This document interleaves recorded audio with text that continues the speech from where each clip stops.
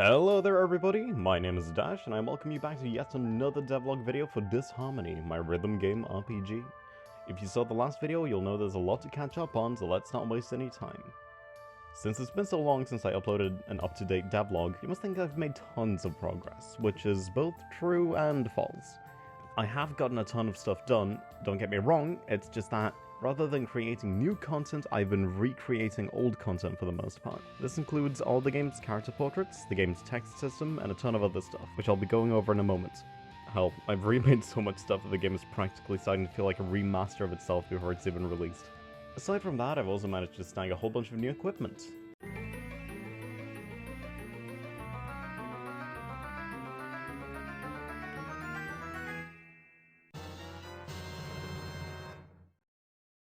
I bought this cute as heck Nintendo Switch controller, which I'll be using to test stuff for the game, more on that in a second. My audio interface broke, so I bought a Focusrite Scarlett 2x2.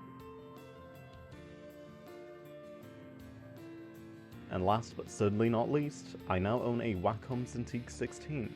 A fantastic graphics tablet which also serves as a second monitor, sporting a 1080p IPS panel. I've never had more than one monitor before, and even after just a few days I can already tell how extremely useful it's gonna be. Both for that and for its intended purpose, to draw stuff. Let's have a moment of silence for my previous graphics tablet, my Wacom Intuos Pro Medium, which will now get some well-deserved rest after 4 years of use.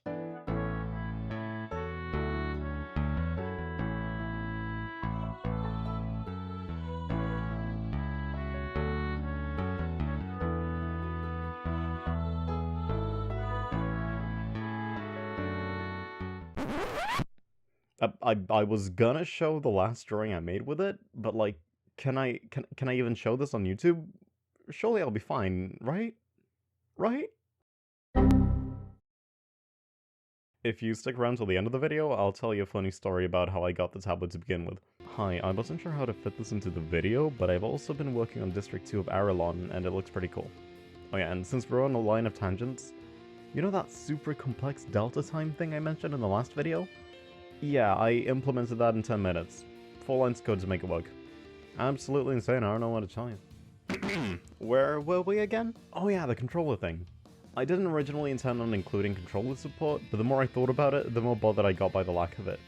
I eventually caved in and decided to painstakingly rewrite every line of code referencing keyboard inputs, aside from debug stuff, to include the new input script. Since Disharmony is a rhythm game, it is definitely easier to play on keyboard, at least in my opinion, but I made sure to include several different setups, since not everyone's going to want to control the game the same way. One setup uses the shoulder buttons and triggers, and one uses the shoulder buttons as well as the right D-pad button and the left face button. I found that these made the most sense, and I've seen other rhythm games use these same setups in the past, so it should work fine. I hope.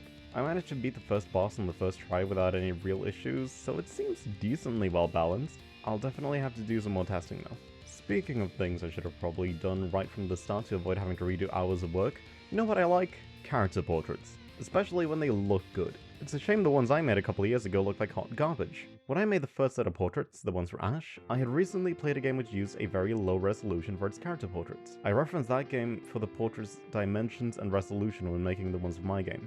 What I didn't realize until I actually implemented them into the game was that they were really, really small.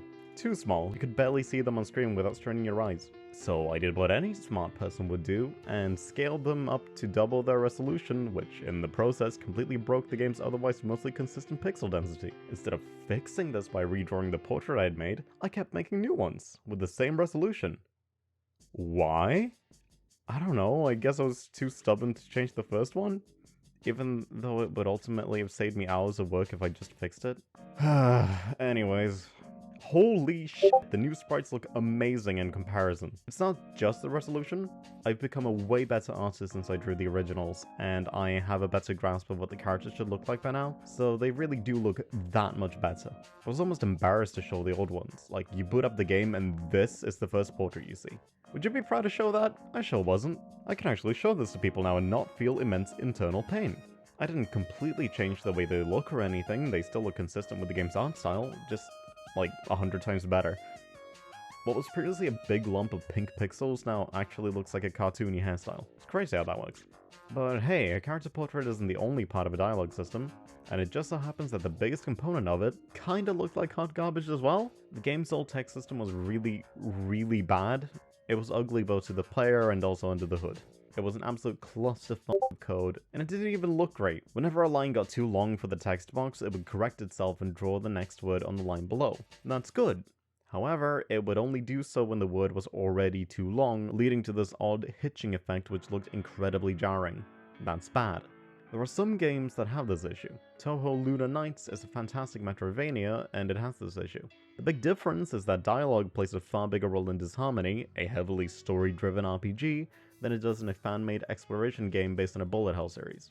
Besides being ugly as sin, the old text system was also just about the least versatile thing in the universe, with every character portrait essentially being hard-coded into each scene. Changing the bleepy bloopy voice clips would also have been hell with the way it was set up. So naturally, I decided to rewrite the entire text system from scratch using a custom text renderer called Scribble. You may have seen the same text renderer in other Game Maker games, as it's incredibly popular. I spent days creating this thing, fine-tuning it to near perfection, adding basically any feature I thought I may need out of the gate before even implementing it into the build of the game. I'm incredibly proud of this thing. It's practically on par with many popular add-ons of the Yo-Yo marketplace. Anyways, I digress. Now that I have this new system to work with, all I have to do is replace the old text object code with that of the new one. Let's see how it works.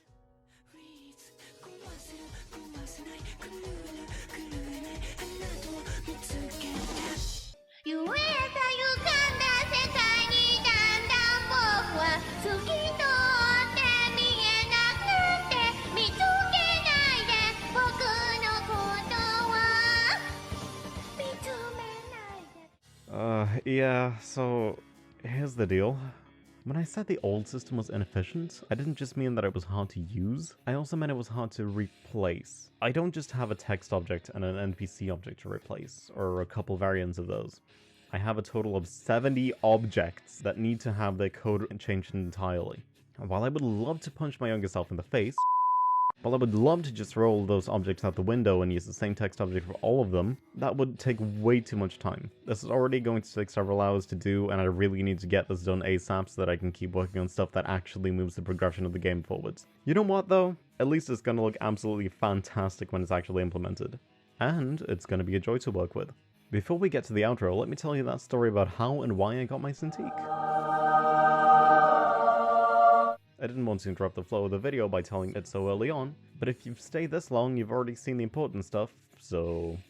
In late February, I decided it was about time for me to upgrade my PC by buying a fancy RTX 2060 Super to replace my current Radeon RX 580. As many of you surely know, the prices of graphics card right now have gone through the roof due to an all-time high chip shortage. But I managed to find one for about $50 to $100 above MSRP, which I was fine with since I had a fair amount of money to spare at the time and was aching for some new tech to play with. My parents suggested that since the card was likely to arrive shortly after my 20th birthday in April, they would pay for half of it as a birthday gift.